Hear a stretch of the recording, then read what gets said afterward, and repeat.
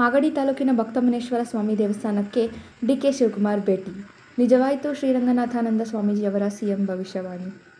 ರಾಜ್ಯ ರಾಜಕೀಯದಲ್ಲಿ ತೀವ್ರ ಕುತೂಹಲ ಮೂಡಿಸಿದ ಮುಖ್ಯಮಂತ್ರಿ ಬದಲಾವಣೆಯ ಪರ್ವದ ಬೆನ್ನಲ್ಲೇ ಮಾಗಡಿ ತಾಲೂಕಿನ ಮಾದಿಗೊಂಡನಹಳ್ಳಿ ದಾಖಲೆಯ ಭಕ್ತಮುನೇಶ್ವರ ಸ್ವಾಮಿ ದೇವಸ್ಥಾನದಲ್ಲಿ ಸ್ವಾಮೀಜಿಯವರು ನುಡಿದಿದ್ದ ಭವಿಷ್ಯವೊಂದು ನಿಜವಾಗಿದೆ.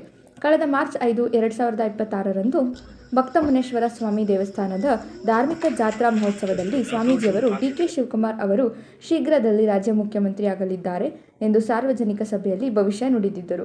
ಸ್ವಾಮೀಜಿಯವರು ಹೇಳಿದ ಕೇವಲ 3 ತಿಂಗಳ ಅವಧಿಯಲ್ಲಿಯೇ ರಾಜ್ಯದಲ್ಲಿ ಮುಖ್ಯಮಂತ್ರಿ ಬದಲಾವಣೆಯಾಗಿದ್ದು, ಡಿಕೆ ಶಿವಕುಮಾರ್ ಅವರು ಸಿಎಂ ಆಗಿ ಅಧಿಕಾರ ವಹಿಸಿಕೊಳ್ಳಲಿದ್ದಾರೆ.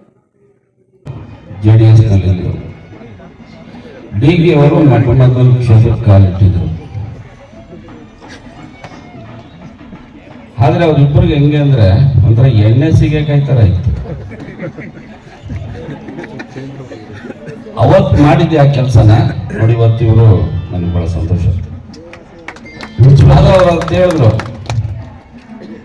ನಮ್ಮ ಅವತ್ತು ಪವರ್ ಮಿನಿಸ್ಟರ್ ಆಗಿದ್ರು ಡಿ ಕೆ ಸಾಹೇಬರು.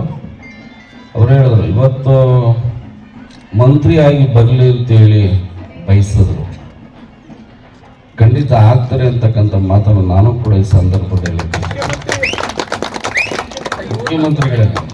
ಮುಖ್ಯಮಂತ್ರಿಗಳಾಗಿ ಬರಲಿ ಅಂತೇಳಿ ಈ ಸಂದರ್ಭದ ಹೇಳೋಕ್ಕೆ ನಾನು ಇಷ್ಟಪಡ್ತೀನಿ. ಯಾಕೆಂದರೆ